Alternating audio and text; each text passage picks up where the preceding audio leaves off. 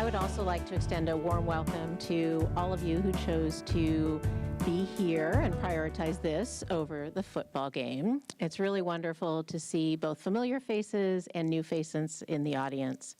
I actually first interacted with Louise when she was taking care of my grandmother, as someone who works as a geriatrician in the Care at Home program. My grandmother was one of her patients, I think, in the late 1990s. And with that, I started to learn the power of having someone who has a geriatric lens of care. And you're going to hear a lot more about that as we go through the discussion this evening. Louise Aronson is a leading geriatrician, writer, educator, professor of medicine at UCSF, and the author of the New York Times bestseller and Pulitzer Prize finalist, Elderhood, Redefining Aging, Transforming Medicine, and Reimagining Life. Her current work focuses on expanding geriatric care and public perceptions of old age to more accurately attend to the decades and diversity of elderhood. She is developing innovative programs and practices to empower older adults to retain agency and maximize wellness as they age. A graduate of Harvard Medical School, her writing has appeared in the New York Times, The Atlantic, Washington Post, Discover, Vox, The Lancet, and the New England Journal of Medicine. She's been featured on The Today Show, CBS This Morning, NPR's Fresh Air, Morning Edition, Politico, Kaiser Health News, Tech Nation, and The New Yorker. She is currently on sabbatical and spending a year as a fellow at the Center of Advanced Studies in Behavioral Sciences at Stanford University. Please join me in a warm welcome for Dr. Louise Aronson.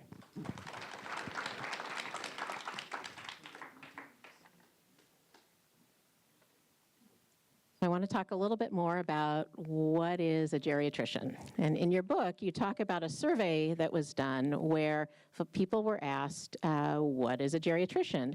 And someone apparently answered that a geriatrician is someone who serves Ben & Jerry's ice cream.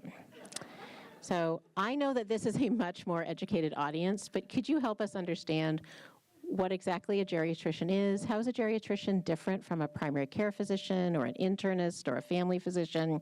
And then maybe share a little bit about your career pathway into geriatrics. Okay, well, first, I just have to acknowledge that it's hard to compete with Ben & Jerry's. So my answer is not going to be as interesting, but it does speak to the fact that people really haven't heard of geriatricians, and that's partly because there aren't so many of us, and there aren't so many of us, we believe in our biased opinions, is due to ageism. So we are specialists in people who are older, the way a pediatrician is a specialist in someone who's younger, and the way an internist is a specialist in adult medicine. I think, even children can look around themselves and note child, adult, older person, right? And somehow we seem to think that the same doctor in this era where, what is it like, there are 8,000 new journal articles a minute or something insane, although now we have AI, so I guess it won't matter anymore, but that's a different discussion. Anyway, that you're supposed to know enough to care for people equally well at ages 20, 50, and 100. And that turns out not to be the case because people's bodies, their priorities change, how the body handles medicines, what can and can't be done, should and shouldn't be done, what to prioritize in a visit.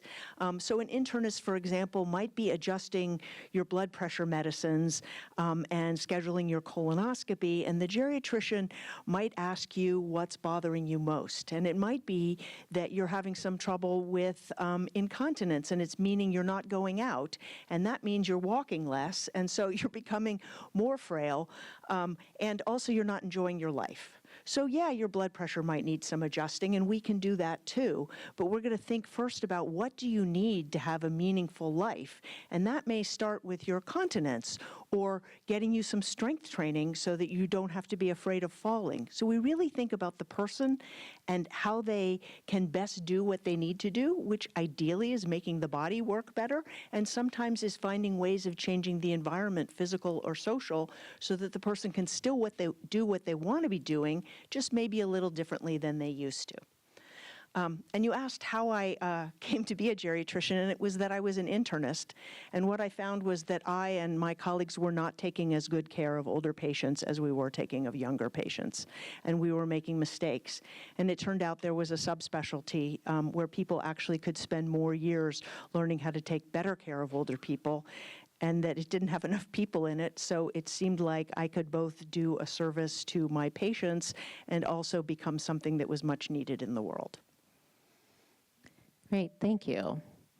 So we titled tonight's event, A New Vision for Old Age.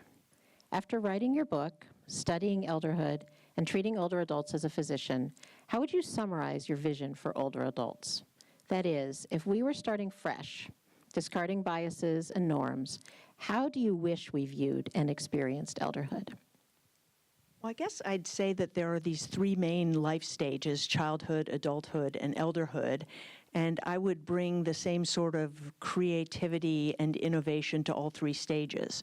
I also think that we should invest, maybe not equally, because if you do something equally, everybody gets the same thing, but with equity so that everybody gets what they need.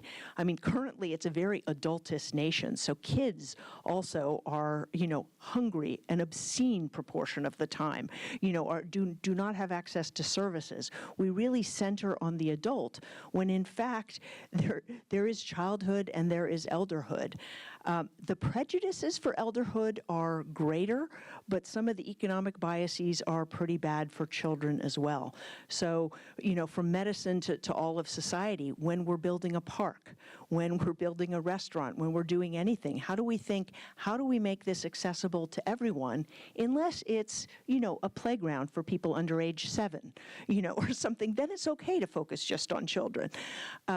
But I really think it's bringing the same attitude that all stages of life have pros and cons. And I'm not saying, when you get very old, do the cons start to really be screaming at you? They do, so I'm not minimizing that. But if we think of elderhood as the third major phase of life, that's a period of decades. And studies across the planet have shown that most people have greater happiness, greater life satisfaction, and less anxiety through most of the decades of elderhood. There does come a period where illness and disabilities, losses of family, loved ones, friends, may tilt that the other direction. But to say that all of elderhood is its hardest moments is kind of like saying all of childhood is, what happens to you before you turn 2. It's a part of it, but it's not the whole picture. I think your book does a great job of helping people to think about some of those perceptions and biases. It definitely did for me. So I understand that you've attended to both of your parents as they've aged, and both have experienced a variety of illnesses and geriatric syndromes. And I know your mom actually spent some time here at the San Francisco campus for Jewish Living. If you're comfortable sharing, what have you learned from your parents' experiences? How do you balance being a daughter and an expert in the field? And with that, how do you have any recommendations for those of us who are non-geriatricians? Oh. Hold it closer. Okay, sorry. Sorry about that. So both my parents actually spent time here, although my father has been dead almost 11 years now. I think you learn things from being a family caregiver that you don't learn as a doctor. And that's really important. It's not that you can't have empathy and imagine into other people's experiences, but some of the practicalities, when you're the clinician, you're not doing things that maybe someone, that another member of the team is doing. But when you're the daughter, you're often doing everything, right? You're the home health aide, and you're the physical therapist, and you're the occupational therapist. And I feel like it really made me a better doctor and probably a better human being, taking care of my parents. And one of the things that I'm still wrestling with, and I'll be interested if people have opinions, but I tend to think that it's, the world would be a better place if we took care of our parents. Now, this is set, unless, if they abused you, that is a completely different situation. But assuming they did not, even if you have some disappointments and abuse being very separate categories, I think it's a responsibility, and a lot of patients say to me, well, I chose to have my children, so I needed to take care of them, but they didn't choose to have me.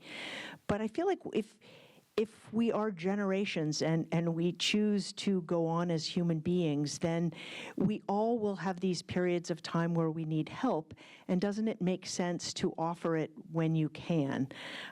It's hard, it can be frustrating, but it's enriching, and I think in the case of both my parents, it brought me closer to them and gave me insights into clinical practice that I didn't necessarily have. Now, on the flip side, does it really help to be a geriatrician when your elderly parents are sick? It really does, because you think of all kinds of things.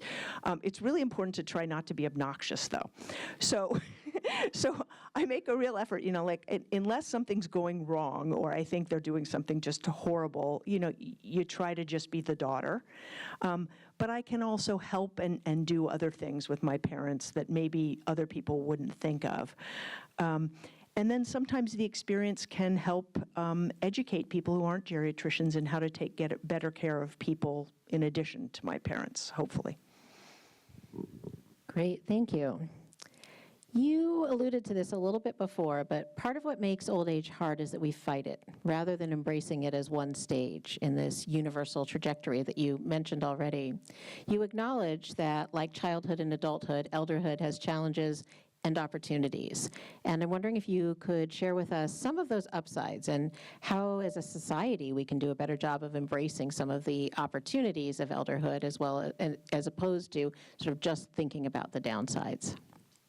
Yeah, I think talking about them. I mean, most of my sort of middle-aged friends, well, first, actually, I should say that it is completely normal, natural, and probably universal to lament your aging, right? So I'm not saying don't lament it. Like, I look in the mirror and I think, what happened? Anyway, so I think that's normal and natural, and I also think we can rise above for the good of everyone in trying to talk about the positives. So for the last, 20 years, most of the people in my age cohort have been incredibly stressed with kids and jobs and, ambition and too little time, not enough time for exercise, not enough time for sleep, not enough time for all of that. And then there comes a point in elderhood, and I am now 60 and sort of watching this happen to people my age, where you start to reprioritize. Now, part of it is that, you don't start moving more and doing some other things, you can sort of see what will happen, but I also think it's an opportunity to slow down, to say, maybe if these are my last 10 years, 20 years, 30 years, how much do I really care about getting that promotion or, having done whatever it is you do? Maybe you think it's more important to do the things that we know are important for health and well-being. Get enough sleep, move your body, have time to make yourself healthy food, to see your friends, to have hobbies and interests outside your work and responsibilities. That is a joy that comes more and more to people as they get older. I mean, it's also a bit of a burden. My mother, now 90, talks about how it takes almost the whole day just to do all the tasks she's supposed to do for self-maintenance, but not really the whole day, and most of them you can make quite enjoyable. So I think people travel, they work less, maybe they exercise more if you like to exercise, maybe you learn a new skill. I mean, all these things are terrific. Maybe you change up your career. A lot of people who made money will then start going into service. Some people who were in service will become entrepreneurs. Prior to the pandemic, women in their 70s were one of the two fastest growing groups of entrepreneurs. Now, part of that was due to ageism because nobody would hire them. And part of that was that they saw needs for things that nobody was meeting, and so they met them themselves. So I think it's an opportunity. It's kind of like, so until we started having child labor laws and the Industrial Revolution in the later 1800s, there wasn't a phase of life called adolescence. And now some people argue it lasts until their kids are 30 or so, right? So like 20 years. But we have this new extra 20 years or so in elderhood now, and what do we get to do with it? I think there are lots of opportunities there. And people, when they prioritize things that make them feel better about themselves as people or as bodies, and when they get to do more of the things they enjoy, are happier. Priorities also, as you see that finish line, become more clear. And when people live according to their priorities, they also feel greater life satisfaction. So those are some of the opportunities that seem universal. Now, in poorer countries, we still see these same patterns, a little less happiness overall, because it's hard if you don't have enough to eat, for example, to feel too happy. But the patterns are identical across cultures and for at least the last several decades while we've been measuring this. Great. So what I want to do is shift a little bit from sort of that big meta-existential type of question to something maybe a little bit more practical. Right. So several of the anecdotes in your book involve the impact of large, complex medications that are prescribed for older adults. It's something that as physicians we call polypharmacy. Could you briefly share one of those stories, and then share with the audience how they might advocate for themselves or their loved ones to avoid some of the negative consequences of polypharmacy? Well, probably my best story of this actually happened here. The polypharmacy did not happen here. The withdrawal of polypharmacy happened here. Let's put it that way. The person arrived. So this man came here, and we were told he had end-stage Parkinson's disease. He didn't speak much. He barely moved. In trying to get some history, I called his daughter, and it seemed that he hadn't had Parkinson's the year before. So Parkinson's is a very slow-moving disease. And you don't generally go from normal, actually he had been working, to completely, bedridden in a year. And it seemed like it maybe wasn't even a year. And sort of sorting it out, what I figured out was that he had been given a medicine for a stomach problem that is one of the very many medicines that is where the benefits outweigh the harms in adults, but the harms often outweigh the benefits in older people. Again, another reason to have a geriatrician or a geriatric pharmacist or somebody really thinking about the differences in the older body. And that had caused a side effect, which had been treated with another medicine, which had in turn caused another side effect, which had been treated with another medicine. And I was suspicious of this because these things have been well known. There is a list of medicines that one should think very carefully about giving to older people. And there are different probabilities of side effects in old age. And you could kind of look at his med list, and it was somewhat classic. We actually, at UCSF, we make up cases to do with the medical students, and this had a lot of features of one of our cases, but it had happened to this man.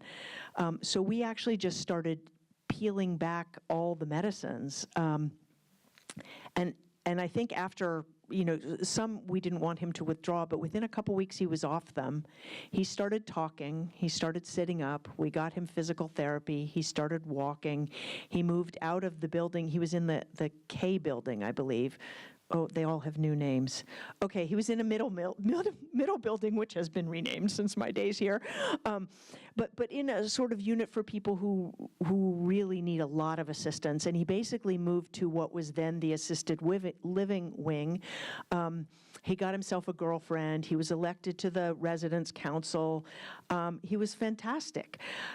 So, does everybody go to that degree? No.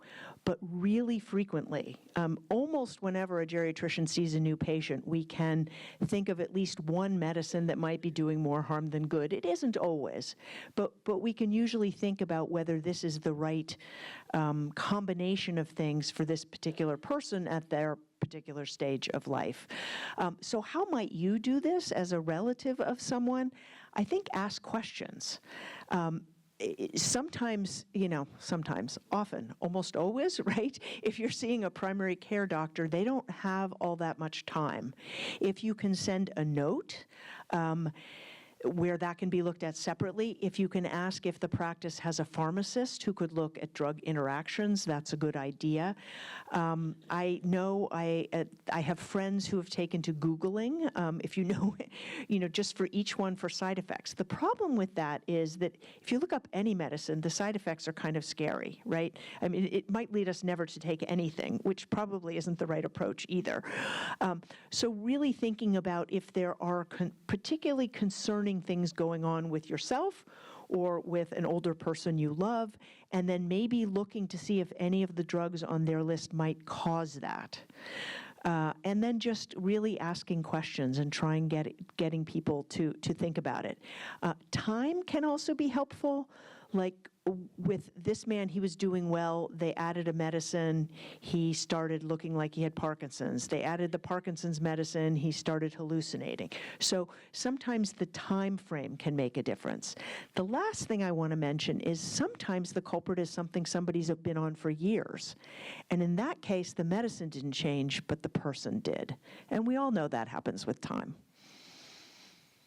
I think it's hard. I know that everybody wants to trust their doctors, but when things just don't seem right, that sort of asking questions, looking things up and advocating is so important. And if you do it politely and say, look, I know they don't give you enough time, because that's true. Most doctors mean well, but the system now is terrible. So say, look, I realize you don't have enough time. I am just really, really worried, and I need your help. Instead of like, I think you're killing my mother. You know, that doesn't go as well, even if you feel that way. So you are the third speaker in this series for this year. And at both events that we had in the fall, both with Dr. B.J. Miller and Dr. Rebecca Sidori, our audience had really important questions about caregiver strain. And I think there are probably folks in the audience who also heard the NPR segments recently on caring for the caregiver. It was very much focused on caregiver strain, as we had talked about in this audience, or with this audience in the fall.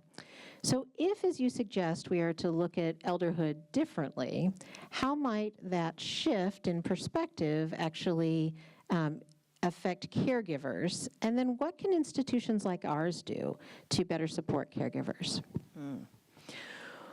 Ooh, well, I mean, we need a societal shift, right? This isn't about institutions. This is about society.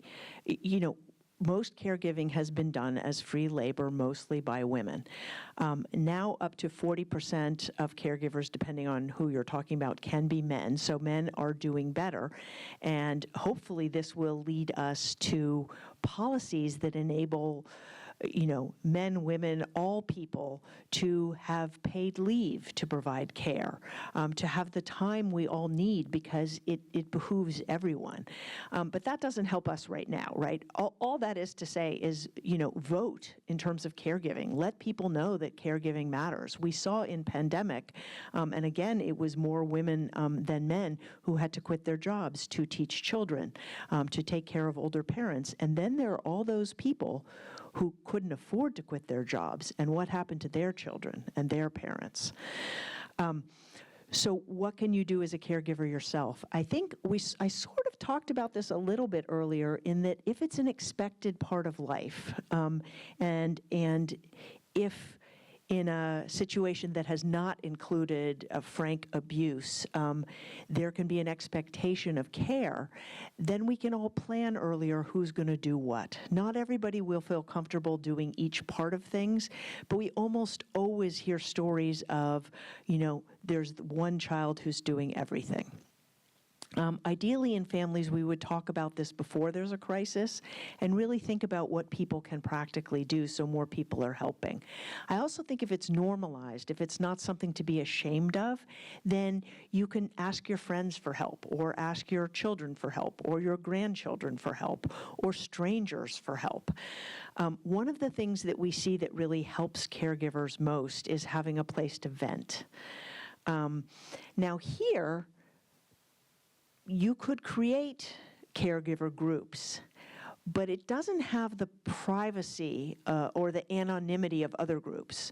So it might be more effective to hook people into places where, say both spouses are here, or say, you want to preserve everyone's privacy and dignity, and people need to be able to ask questions and vent without having to worry that something's going to get back to someone else.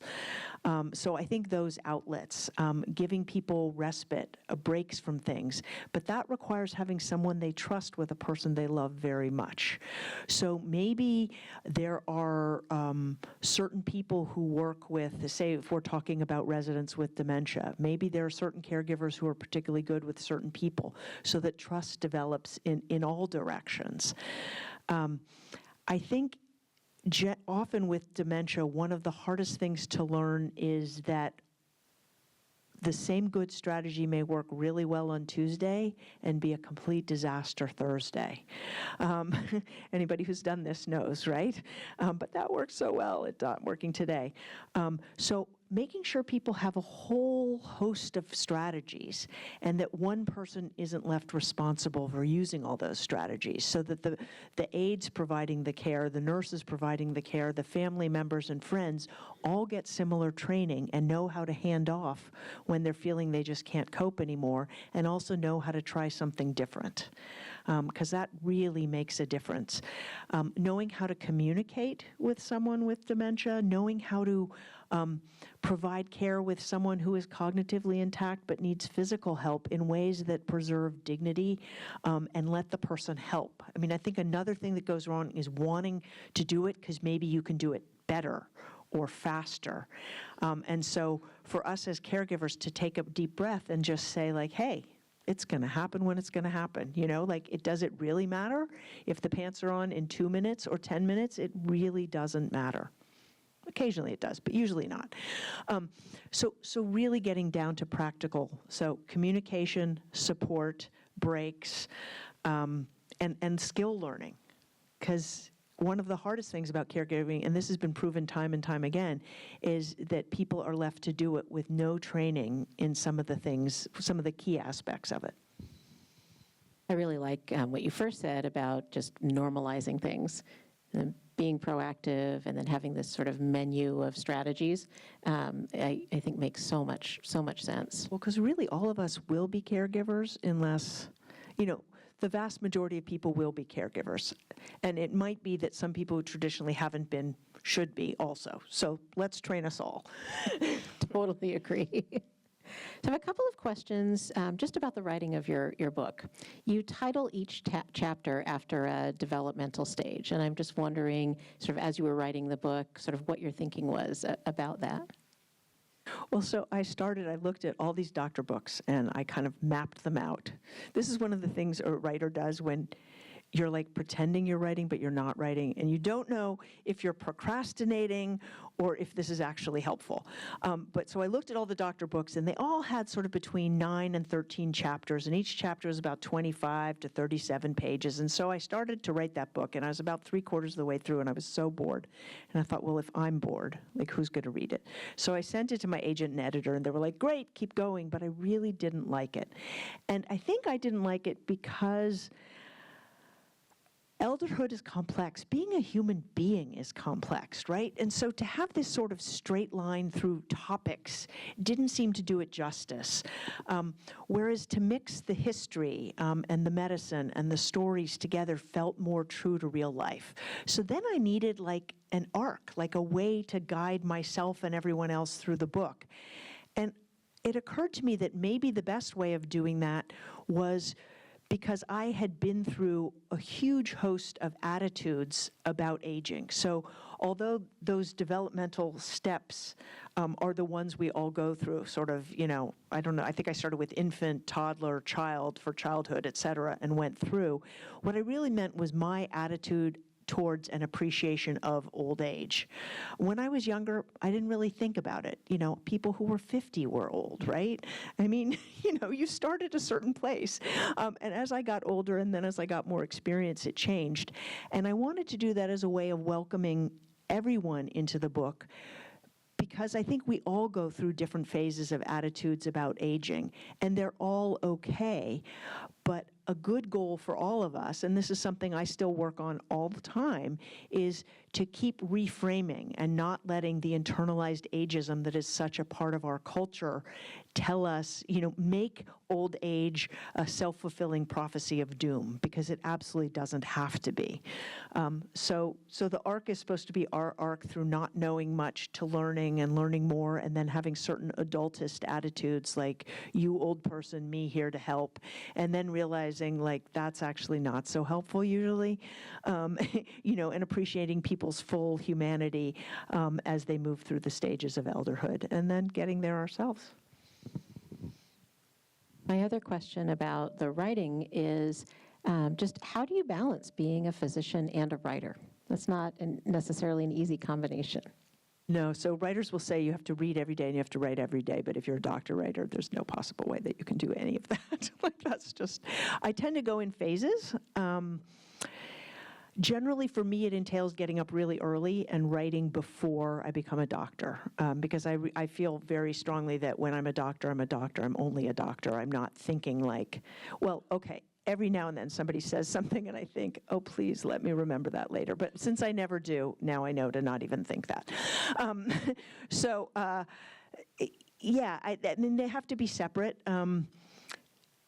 Doctoring takes a lot of you, and creativity for me happens more in the early morning. So usually it's something that happens before work, or on Saturdays. We have a rule in our house, I can work until a certain time of day if I'm in a writing phase. And what I tell our students also is that you have to acknowledge life. If you're going to have a busy career and if you have other responsibilities, then you have to know that sometimes you're not going to write, and hopefully sometimes you are. I do think academic medicine is an advantage in that respect because it has sort of moments where you're busier and moments where you're less busy, and might write an article or something like that. So, I mean, my books came out a lot of years apart. When I signed for the first one, they said, could you have the next one out, to us in the next year before this one comes out? No. Not possibly. I mean, even if I had nothing else to do, I'm not sure that I'm the person who would do that. So absolutely not. Yeah. Great, thanks. So I want to talk about hearing aids, which comes up quite a few times in your book. And studies have found that untreated hearing loss can result in earlier cognitive impairment and dementia, in depression, but it can be hard to get hearing aids paid for. And many people are reluctant to admit that they need them. There's stigma associated with them. So I'm curious how you discuss hearing aids with your patients or your family members. I know I just had a conversation with my aunt and uncle about hearing aids on Friday night. And what is going on from an advocacy perspective to help with payment for hearing aids? Well, actually, the Dementia Association, which has only sort of been more public knowledge in recent years, has made a huge difference. It used to be very hard to get people to wear hearing aids. It's another one of those things that says you're old.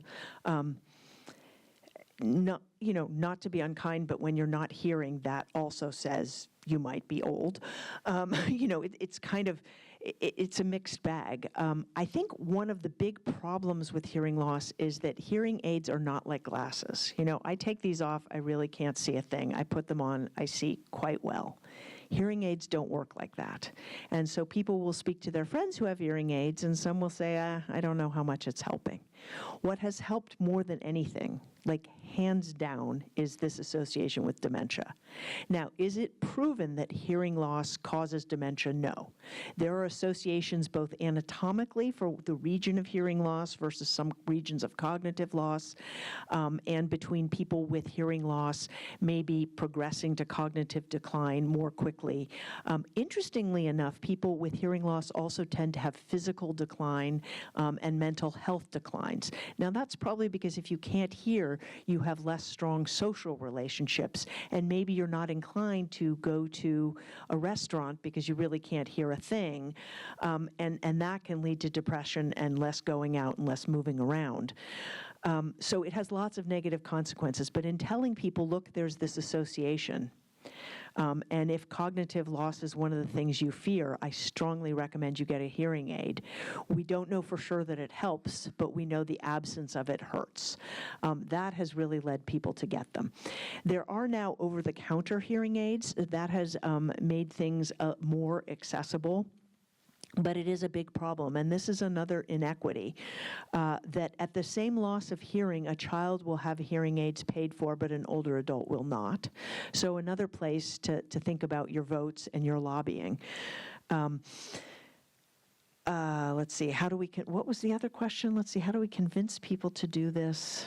It's really, the dementia thing is huge.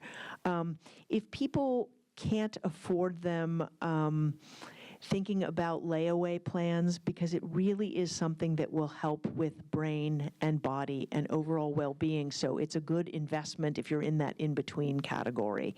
And you can pay for it slowly over time. It's not an ideal world. Should Medicare cover it? Absolutely. Why do they not cover it? Because so many people need it.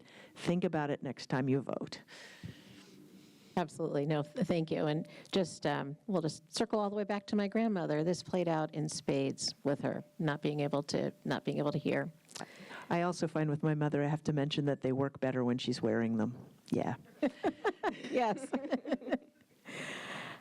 What is it like to be a geriatrician thinking about getting older? Well, I was just saying this to someone before the talk, but a few weeks ago it occurred to me that I might lose my legitimacy, because I sort of feel like when you're a younger person advocating for older people, you know, it seems like, oh, you're doing this selfless thing. Whereas now with the gray hair, they probably just think I'm advocating for myself. So I'm wondering about credibility these days. So that's one aspect, not that I'm going to stop. I think it teaches you even more than your parents getting old teaches you. You know, like I somehow, this is really embarrassing, but I think I somehow thought I would be 35 until one day I was 75. And you know, this flies in the face of everything we know and everything that happens to other people. So it does surprise all of us. We imprint on ourselves as young. And we're met with youth so much in our culture that it is a little surprising. On the other hand, it's also kind of fascinating, and I'm getting to the point, so that the U-shaped curve of happiness, which I alluded to before, says that we're happiest in youth and then around age 60, and I'm on the uptick. And so I'm getting kind of excited about that part. And I also think it makes me realize the things, as I start to have to do things I advocate for other people, I can think more precisely about what might keep you from doing it. Certainly pandemic had me not doing many of the right things, and I think there's a degree of humility and empathy that is helpful, that you can imagine yourself into somebody else's life, but as you start living it, there's power and a deeper or different sort of knowledge there that I hope to put to good use as I develop more of it. That was such a great and thoughtful answer that I think that this is a perfect time to transition to some questions from the audience. And I'm going to turn things back over to Stacy Lewis to facilitate the Q&A. Okay, and back in the sound booth, can we turn the house lights on so we can see our wonderful audience? Thank you. So we've got some time for questions, and if you want to put your hands in the air, great. And I'll just hand you the microphone so that you can address the doctors yourself. So you talked about having a geriatrician. Is that in addition? Closer to your mouth. Is that in addition to a primary care physician? Or does the geriatrician become your primary care physician? And one other question, I know you work in the UC system, so how does it work at UC? Oh boy. And we're being recorded. Okay, here we go. Geriatricians a lot of geriatricians are primary care doctors. So you know, in an ideal world, or let me be more specific, in my ideal world, we would have a pediatrician and then an internist and then a geriatrician. But because there aren't enough geriatricians, that is rarely possible. So what we're trying to do at UC a little more is to create consultations where we can support the internist to take better care of the older person. I think on a national level, if this many people in childhood or adulthood did not have access to the sort of clinicians specialized in their care, there would be huge amounts of resources put into training people into geriatrics. There would be loan forgiveness. There would be incentive plans. There would be all sorts of systems. But we don't have those yet. So at this point, at least trying to find someone to do a consultation or to see you periodically is often the best bet. In the UC system, we have one geriatrics clinic. We've had the same practice since 1995, I believe. It has not really been allowed to grow much. In fact, and they don't keep a waiting list. They don't keep a waiting list because they can't do anything about the waiting list, because there is no interest in expanding the practice. So they don't keep a waiting list. They, in fact, contract who's allowed to be seen in the practice. So right now, you have to be a San Francisco resident. They keep moving the age group up. So it started at 65, it went to 70, it went to 75, it went to 80. It's either 80 or 85 right now. Most people have to have a dementia diagnosis. So you can see how it narrows and narrows and narrows. It also, I think, creates a huge problem for geriatrics, because as it becomes associated exclusively with the oldest and frailest, it seems like a small niche specialty, and that makes less people interested. So you end up in this vicious cycle that goes only downward. Whereas if you had people taking care of older people, and also, what do we want for ourselves? We want to prevent as much as we can for as long as we can. If we wait until you already have dementia and are in your 90s or whatever else, then yes, we can provide you outstanding care, but we may not be giving you what you wanted most. So I think it's a huge problem on all levels, and it's very hard to get into any practice. Literally, I think a week does not go by that we don't get asked, can you get someone in here? Do you know someone in Spokane? Do you know someone in Amherst? Do you know someone, in Virginia? Do you, and we might know someone, but the chances of them having openings in their practice are basically nil. It's a crisis. In the back, Isabel has a microphone. Yes. So you strike me as somebody who is open to being a disruptor. So how would you suggest that we help you disrupt so that somebody who is in their 60s or 70s could have a geriatric doctor, or about medical schools? Is there a way to say that isn't okay, and what we could do? Thank you for the question. I wish I were a better disruptor. I seem to be able to do it like when I'm at my keyboard better than like launching a movement. I need to work on that. Maybe that'll be my next phase. But what I think everyone should be doing all the time is writing whatever health system you're in, because this is true at California Pacific, this is true at Kaiser, this is true everywhere. Just keep writing them. Why is it you have pediatricians for kids and internists for adults, and I can't get in to see a geriatrician? Why is it you're letting me get worse before I can see a specialist in the problems that are bothering me now?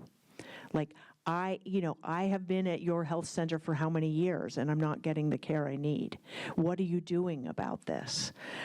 Think about it with politicians, too. One of the problems with old age is that you will see people lobbying greatly for their geographic area or for children's issues, but you don't see people too often lobbying when they're, or actually, people will lobby for issues of their interest group, except for in old age. You don't see, and this is ironic at a moment of so-called gerontocracy in our government, that you don't see the older members saying, what are we doing wrong for older people, and what policies could we enact? Instead, what they're doing, and what we've created a society that kind of makes it necessary, they're dyeing their hair, they're getting sprayed with that stuff that makes their skin glisten, they're having things tucked and plumped and, all this sort of stuff so they don't look like the old people they are, instead of lobbying for themselves and the other people who are old with them. So I think, when people are standing up for older people, support them. If you can send them money, send them money. If you can campaign for them, campaign for them. them. But at the level of your individual health center, get you and everyone else you know to frequently send notes and say, look, you're not providing a service I need. What is it about the geriatrics clinic that, it's been there for now, what is it, like 28 years or something, and you don't have a wait list? So how do you even know how big the scope of the problem is if you're not even tracking numbers? That's not evidence-based medicine. Okay, the man in the back, and then we'll come back to the front. Thank you. My question has to do with relationship between residents here and their adult children, and things where the adult children start behaving like the adult and treating the parent like the child. Example one, taking the car keys away, or deciding where you go or who your friends should be. How does the senior deal with that? Oh, I love that question. Thank you for asking it. I think you have to sit down and have a serious conversation. And say that you are an adult and you're able to make your own decisions about friends, et cetera. Now, driving can be an issue. We tend not to retire from driving when we should. And I'm saying this on a big scale because it happens a lot. Soon there may be laws because we are doing such a bad job of regulating ourselves. But I also think coming in and just taking the keys away is not the best approach. You need to think about other strategies. How is this person going to get around? What else can we do to be helpful? Because otherwise you do make a life so small and narrow, and that's why people don't want to give it up. We've also made it so it's a rite of passage, right? When does the teenager feel like a real adult, right? It's that 16 and you get your driver's license. But we don't have a similar ritual for the other end, or we don't have the services people need. In terms of your own kids, I would say, hey, look, I need to talk to you about something serious. It makes me feel infantilized, and that doesn't feel good, and I know you mean well, right? I'm not saying this as criticism. I'm saying it's hurting me, and it's a problem in my life. If you think we need to discuss something, let's discuss it. And then you have to be willing to hear, because maybe you didn't see someone the other day and nearly hit them. I had this happen with my own father, and then I spent a very long weekend having conversations and trying to get him to a point where it was his decision. It's a hard thing. With my mother, who saw this, she realized it was coming, and she started practicing taking the bus or having someone call a lift or asking a friend for a ride. So it has to be a two-way street. You have to realize that there might be areas where safety really has to be the decision, because nobody wants to kill someone driving their car. I actually have a visual thing, and I no longer drive at night. I no longer drive in the rain. You just picture yourself hitting a human body, and it's easier to make limits, even though they're hugely inconvenient for yourself and everyone who drives you around. So you do that part, but then you also have to get the kids to say, look, it's my life still, right? There's this constant tension between the adult children prioritizing safety and the older person prioritizing pleasure and life. And say, look, would you like this if I were doing it to you? I don't like it either. We need to talk about it. And if you can't have that kind of conversation, and not everybody can, it's a great idea to invite someone else in to be the mediator. Maybe it's a good friend. Maybe it's a friend of theirs. Maybe it's a friend of yours. Maybe it's a social worker or someone here. But I think you have to just sort of announce it. Sometimes giving them time to respond first, like send an email and say, I'm having this problem. I want to give you time to think about it, but then let's make a moment where we're going to talk about it. And I think that's the only way forward. And both sides have to give a little, usually. I don't know your specific situation, but I know that no one likes being made to feel like a child. And that's the key message you have to send. It doesn't feel good. I know you mean well, but we need to find a different way to deal with things. That was such a good question and answer. Thank you. Okay, I saw some hands here. Kathy, we'll go to you next.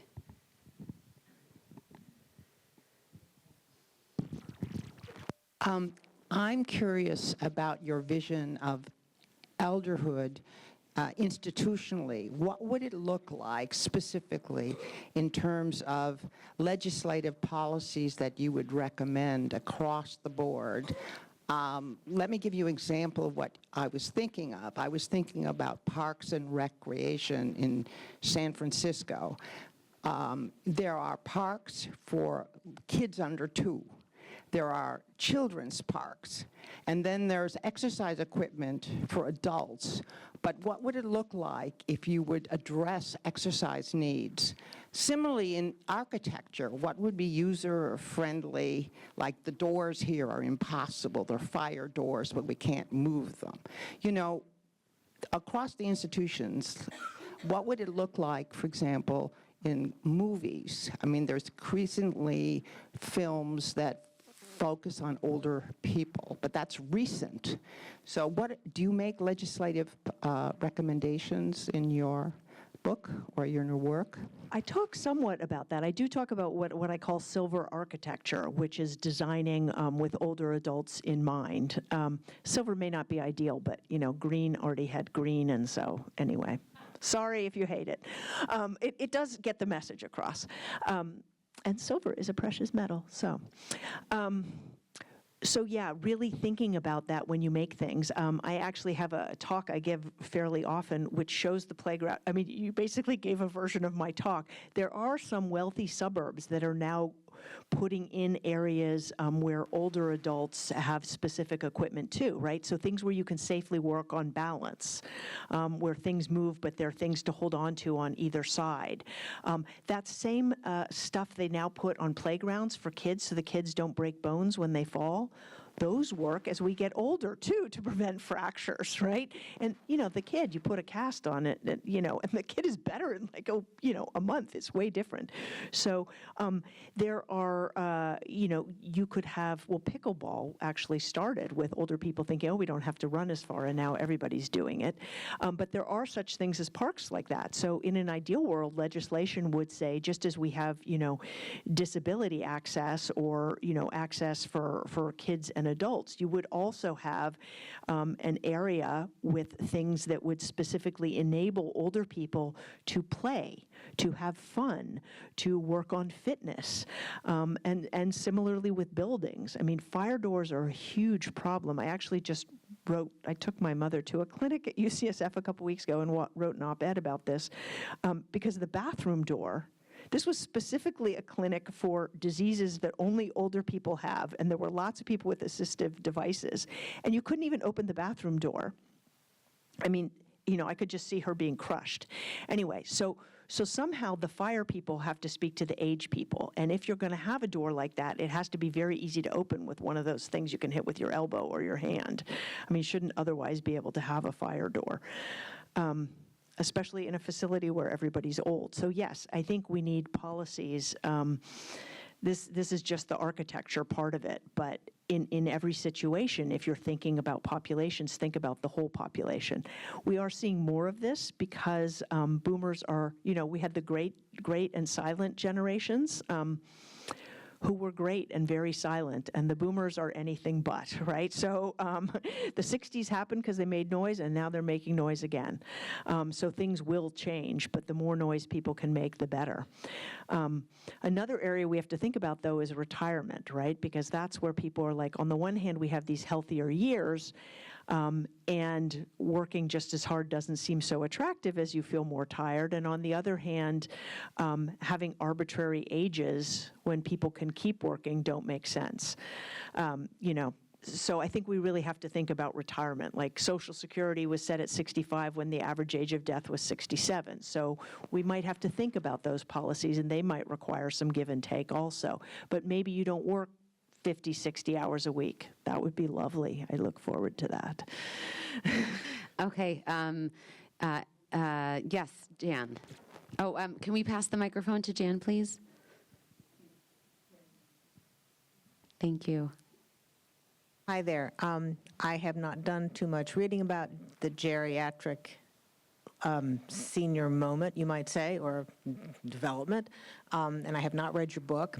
But what I'm trying to figure out is how can you empower us, because we're of the age where we may or may not see the kind of development in the geriatric world when the time that we need it. And so the question to you is, where can we find information that would allow us to sort of check things off a list, you might say?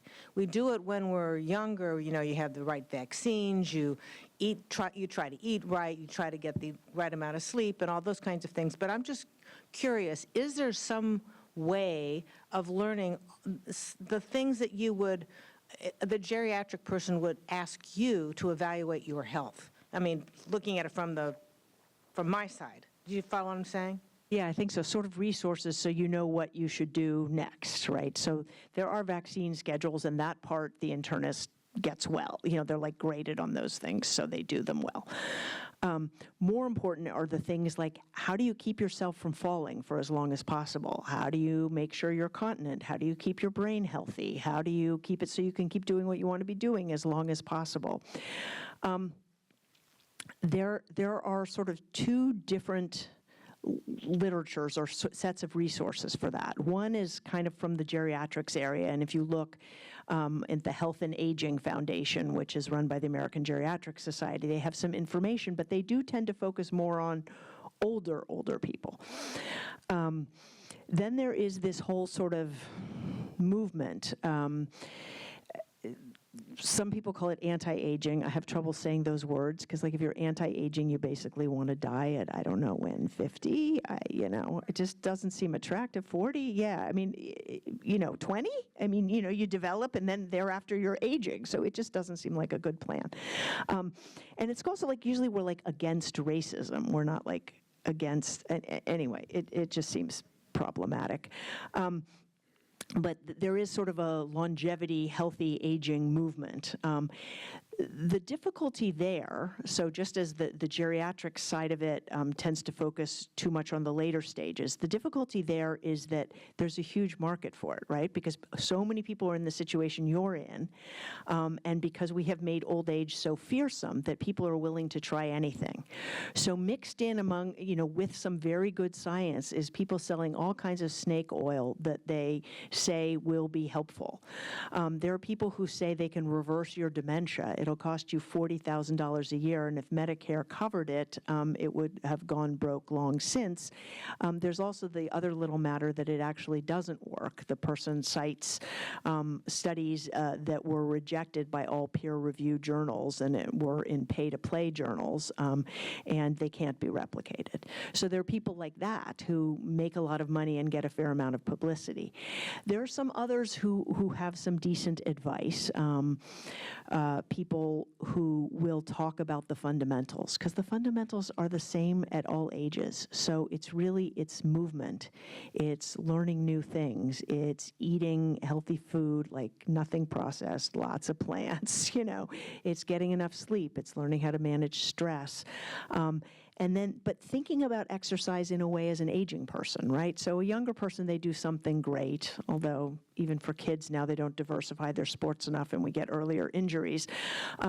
But as you age, for example, you want to think about aerobic fitness. So that's for your heart and your lungs and also really good for your brain. You need to build muscle. We start losing muscle at 30. Right?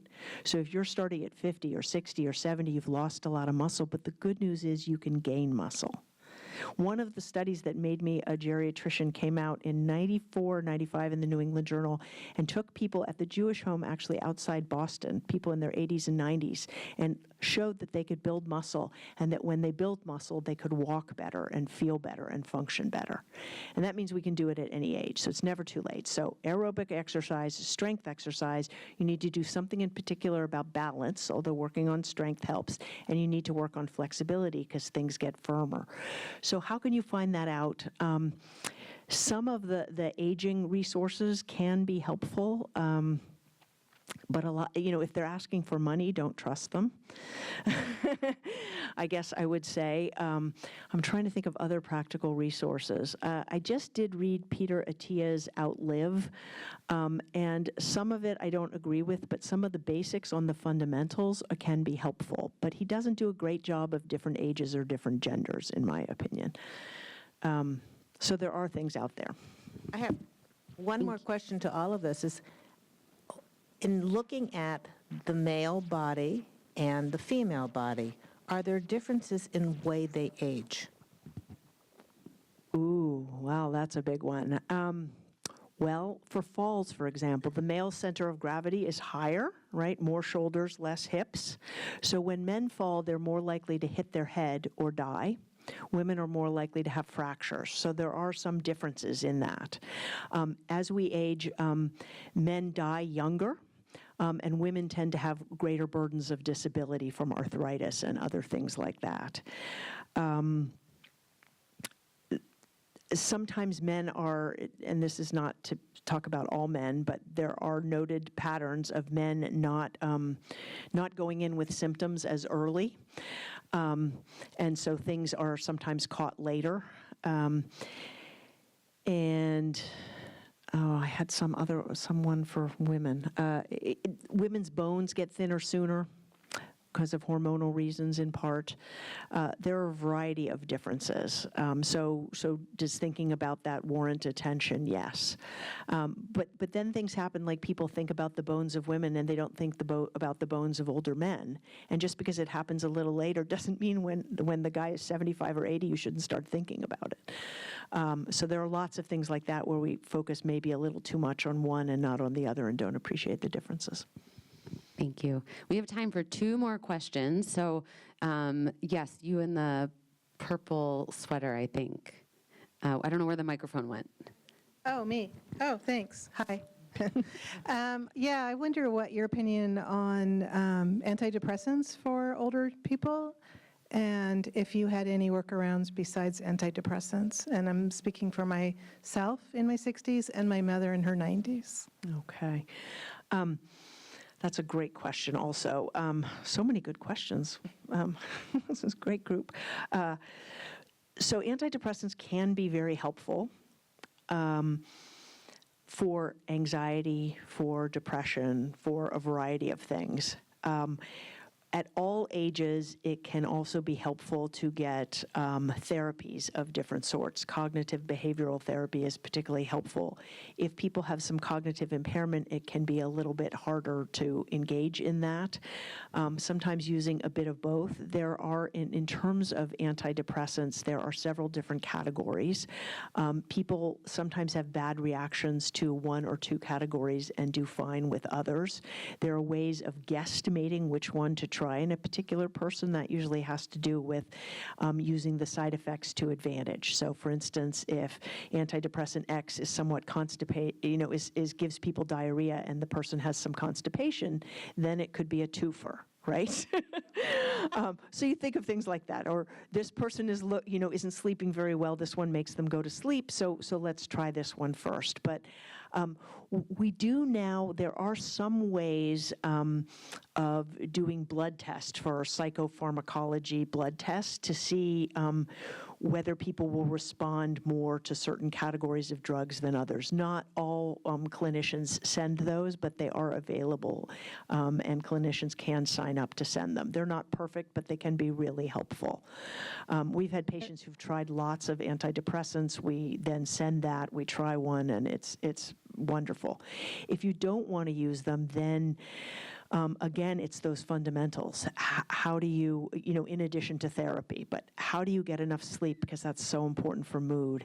How do you get your mood good enough that you move and get outdoors and ideally in nature and do that? Maybe you need doses of that exercise 3 times a day. Maybe that needs to be a priority. How do you get off things like refined foods and sugars, which, feel great in the moment and are so comforting? I speak from knowledge here, and yet they do not help. So it's really a lot of those things. There are also some mind-body programs that can be really helpful. Tai Chi, yoga, people who will work with you with other modalities that many people find helpful. For your mother, the side effect profile is really important, as are the drug interactions. Sometimes a tiny bit of a couple of things works better than a larger bit of something that causes a side effect that's really damaging. Thank you. Thank you. Okay, last question. You in the front row, I will give you my microphone. Thank you for the talk. It's it's disheartening to hear how limited the numbers of geriatricians that we have. Someone who doesn't have sickness above their head, looming mid-70s or early 70s, they have to wait until something happens before they're able to get in to see a geriatrician? Is that what I'm understanding? Yeah, so she's asking if, say, you're healthy in your 70s, do you have to wait until you're much older and have more problems before you can see a geriatrician? And the answer is often yes these days. But that's actually not just a geriatrics problem. That's an American health system problem, because calling it a health care system is a misnomer to my way of thinking. It is a medical care system, right? It's about medicines and procedures largely, and it's not about maintaining health. It's about treating disease. So the whole thing is skewed in that regard. All the dollars, each health system is incentivized. Like, it's the best for them if you can be in the hospital.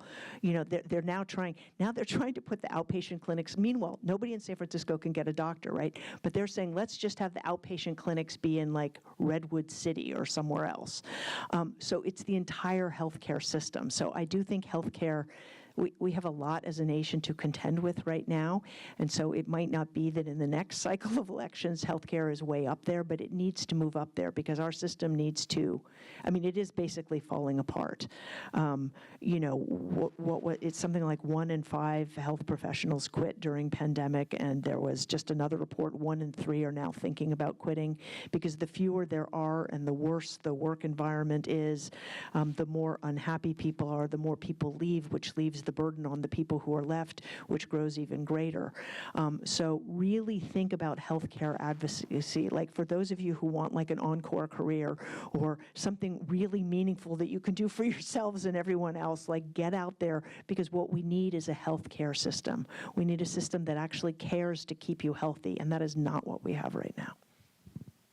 Louise, before we conclude, can you tell us, in light of that reality, what gives you hope? Well, this is the great thing about being in an academic center, because the young people who come into medicine that we get to work with, and I'm not this year, but I'm usually on the admissions committee, I cry reading these folders, and like, you read some of the letters from people and I'm like, oh, I hope your parents know. Like, it just slays you. So there are some great young people coming in, and actually it seems a little bit like they might be paying more attention to old age than their predecessors. So I should just also add that be a good grandparent. Most people are. Most of my patients, it's their favorite job. But be a really good grandparent, because when you ask somebody who's interested in geriatrics why they are, they almost invariably cite a grandparent. In my case, it was a grandfather. Yeah, I think there's a lot going on. There's also this exciting area of geroscience, which may help with, whole new approaches to treatment, things that can help with frailty. And I think I'm hoping that baby boomers in their 60s and 70s are going to make enough noise, and that we can all be a part of that, that the system will change, and that we can partner with these really bright, really passionate younger people to make things better. But I also think older people need to be in that equation. We often put the future on the young, and I think the old can be part of the future too. Thank you so much. Louise, we want to thank you for being here tonight, sharing your wisdom and humor with us, and thank you, Adrian, for facilitating. If you enjoyed tonight's conversation, I hope that you'll visit our website. We'll be sharing a link to everyone who's here, but our 2 previous events are recorded, and if you missed them, you can watch them. We're already planning for the 2nd annual speaker series to begin in the fall, so stay tuned. We have Louise's book, signed copies, on sale tonight where you checked in at the registration table, so stop by to get a copy before you leave. And thank you so much for joining us. We loved having you, and thank you for your great questions. Have a wonderful evening.